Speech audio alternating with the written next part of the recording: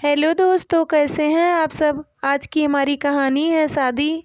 सीमा एक टीचर थी, स्कूल में बच्चों को पढ़ा रही थी। तभी बीच कक्षा के दौरान पियून ने दरवाज़ा खटखटाया।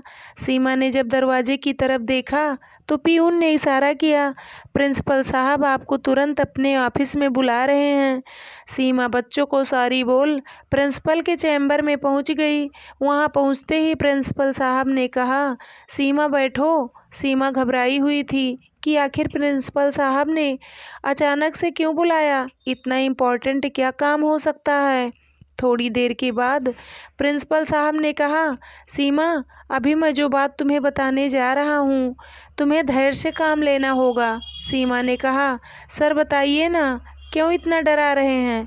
प्रिंसिपल साहब ने कहा, तुम्हारे पति मनोज का अभी फ़ोन आया था, तुम्हारी माँ नहीं रही।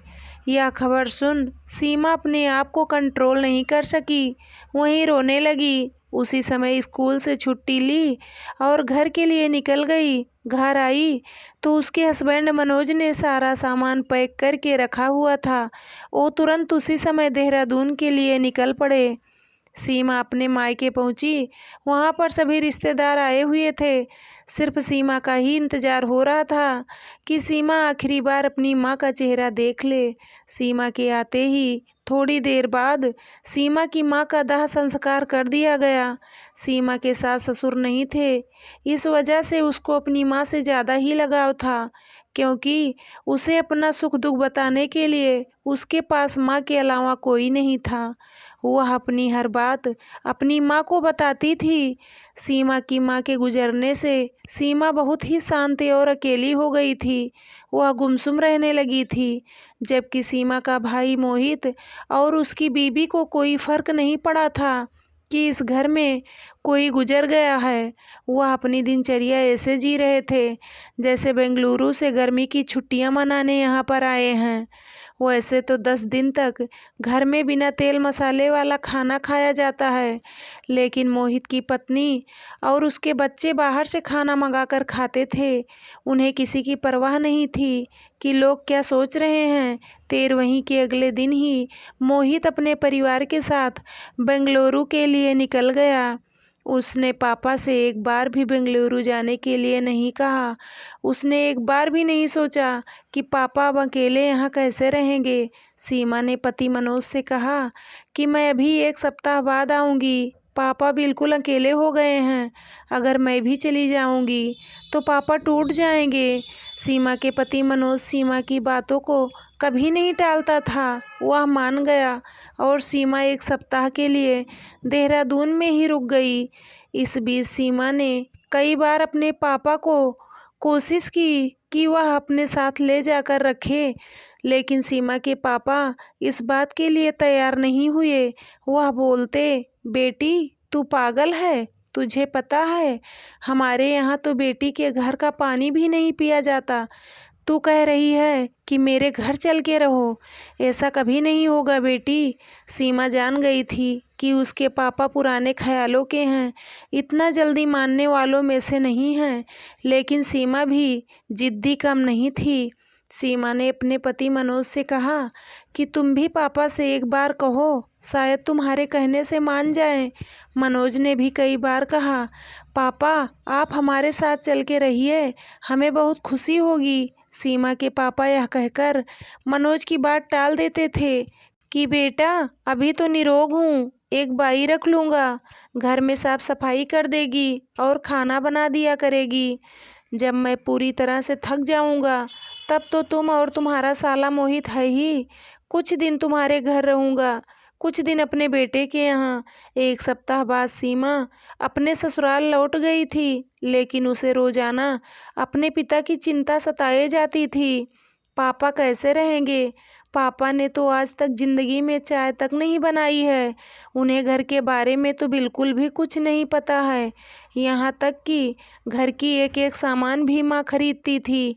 पापा कैसे रहेंगे अकेले। सीमा ने बहुत प्रयास किया, लेकिन सीमा के पापा सीमा के घर आने के लिए राजी नहीं हुए।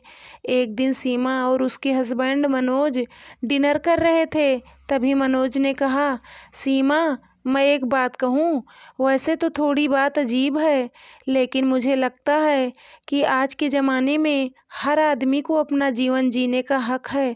कहो तो मैं बात कहूँ। सीमा ने कहा। हाँ कहो। मनोज ने कहा।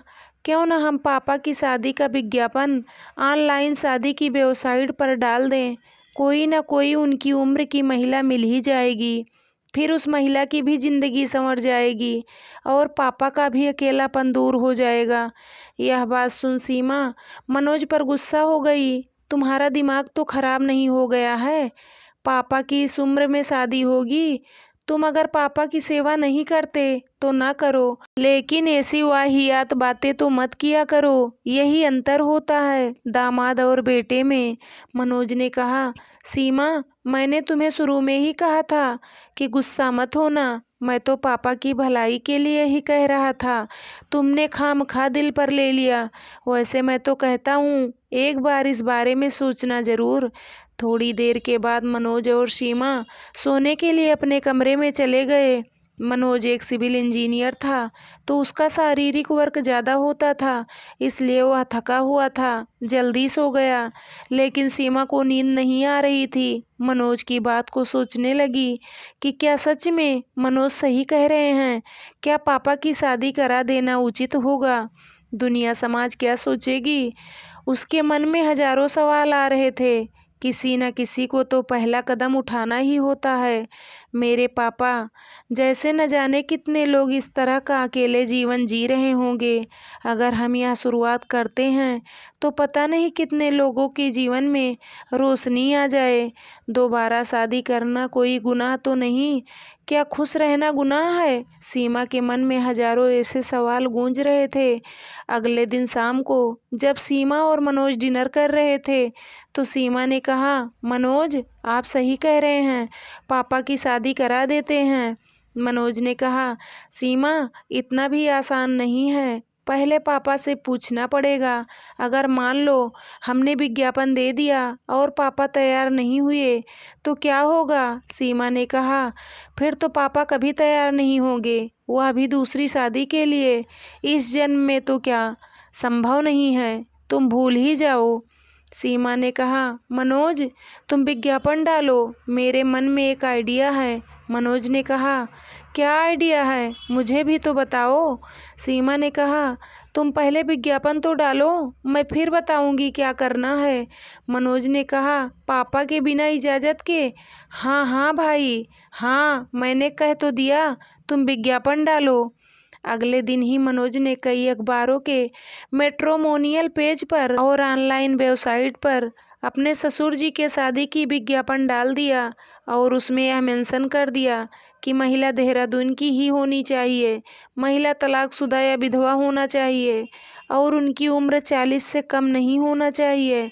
जिस दिन विज्ञापन डाला था उसके अगले दिन ही एक महिला का कॉल सीमा के मोबाइल पर आया, क्योंकि फ़ोन नंबर सीमा का ही दिया हुआ था।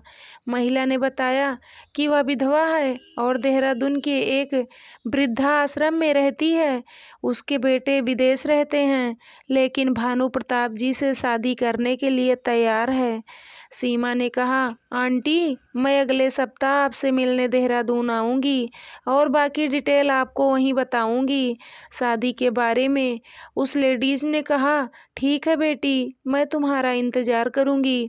नेक्स्ट वीक अपने पति के साथ सीमा देहरादून पहुंच चुकी थी। सीमा और उसके पति उस महिला से मिलने वृद्धाश्रम में गए।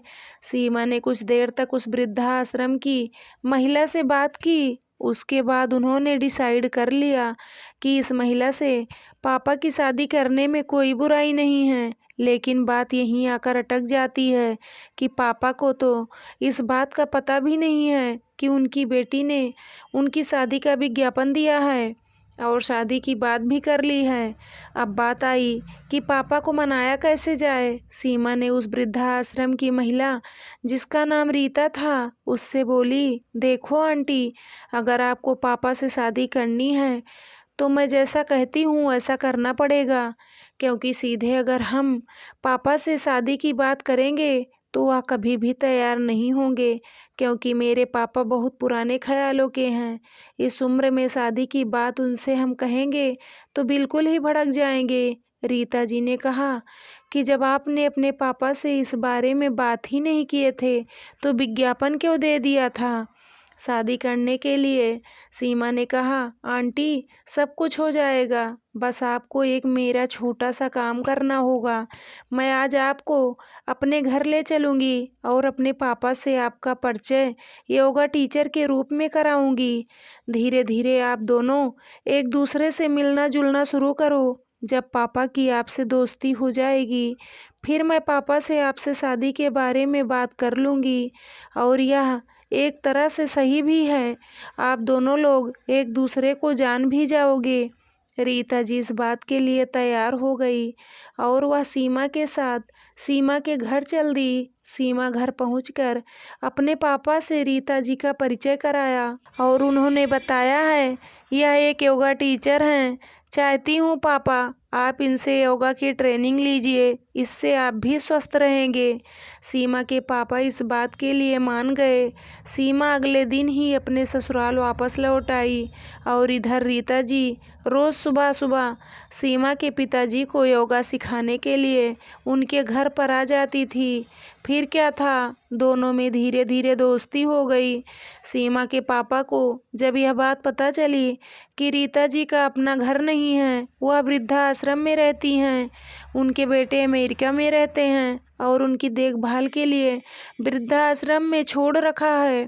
सीमा के पापा ने एक दिन रीता जी से कहा कि रीता जी अगर आप बुरा ना माने तो मैं एक बात आपसे कहना चाहता हूँ।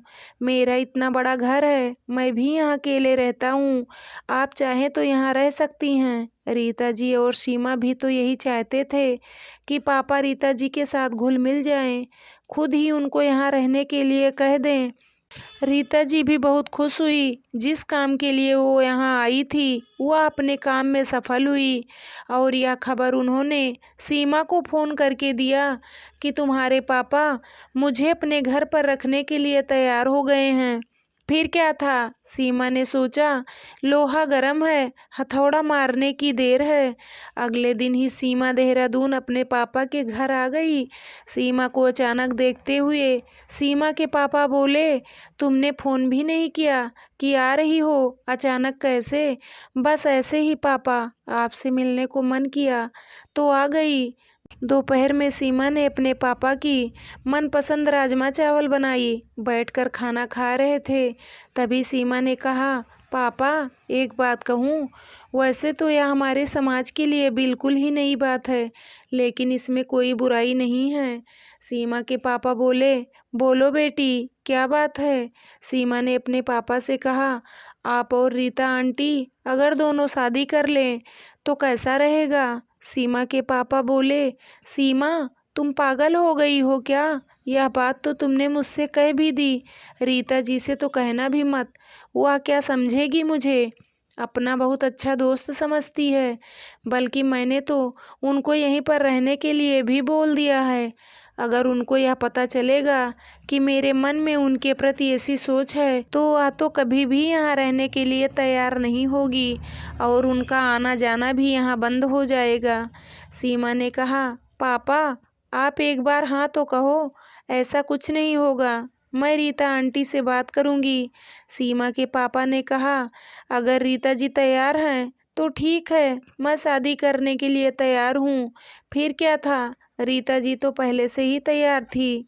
मैरिज रजिस्ट्रार ऑफिस में शादी की डेट ले ली गई थी। सीमा ने सोचा कि इस बात की खबर वह अपने भाई को दे दे।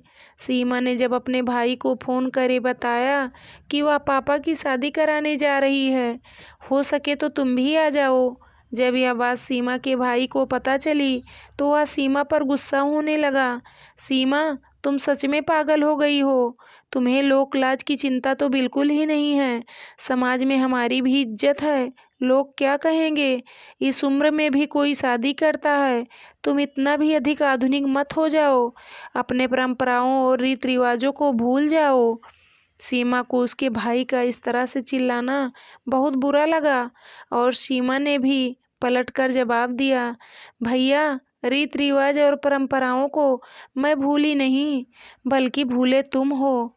अगर तुम पापा को अपने साथ रखते तो आज यह नौबत ही नहीं आती कि पापा की शादी करानी पड़ती। पापा बिल्कुल अकेले हो गए हैं। आखिर उनके भी जिंदगी में खुशियाँ तो होनी चाहिए, लेकिन तुम्हें इससे क्या फर्क? तुम्हें तो बस अपने बच्चे और भाभी से मतलब है। मैंने तो पापा को कई बार अपने घर ले जाने के लिए कहा, लेकिन पापा तैयार ही नहीं हुए जाने के लिए। सीमा के भाई ने फ़ोन काट दिया और उसने फ़ोन अपने पापा के मोबाइल पर लगाया और पापा से पूछा, पापा मैं यह क्या सुन रहा हूँ कि आप दोबारा से शादी करने जा रहे हैं? आपका दिमाग तो ठीक है ना? सीमा के पापा ने अपने बेटे को जवाब दिया, हाँ बेटा, मेरा दिमाग बिल्कुल ठीक है और यह फैसला सिर्फ सीमा का नहीं है बल्कि मेरा है। और मैं तो कहूँ कि हर बुजुर्ग माँ बाप को भी यह फैसला लेना चाहिए। आखिर उनको भी जीने का अधिकार है। जब बेटों को अपने माँ बाप की चिंता नहीं, उन्हें अकेले छोड़ देते हैं वृद्धाश्रम में मरने के लिए, उन्हें भी अपनी ज़िंदगी का फैसला लेने का अधिकार है। तुम्हारी माँ को मरे आज 6 माह से भी ज़्यादा हो गया। तुमने कितनी बार मेरा हालचाल जानने के लिए फ़ोन किया है? सप्ताह में 1 बार फ़ोन करते हो, वह भी फॉर्मेलिटी के लिए। तुमने एक बार भी पूछा कि मैं खाना कैसे खाता हूँ, कौन बनाता है? इस बार फ़ोन पापा ने काट दिया। अगले दिन मैरिज रजिस्ट्रार ऑफिस में जाकर सीमा के पापा और रीता जी की एक दूसरे से कानूनी रूप से शादी हो गई थी। इस बात की खबर मीडिया में भी फैल गई थी और अगले दिन फ्रंट पेज पर ही यह न्यूज़ आया और इस कदम की सबने सराहना की। सब लोगों ने यही कहा कि आखिर बुजुर्गों को भी जीने का हक है। उम्मीद करती हूँ दोस्तों आप लोगों को ये कहानी ज़रूर पसंद आई होगी। अगर कहानी पसंद आई है तो चैनल को सब्सक्राइब करें, लाइक करें, शेयर करें और एक प्यारा सा कमेंट करें। धन्यवाद दोस्तों।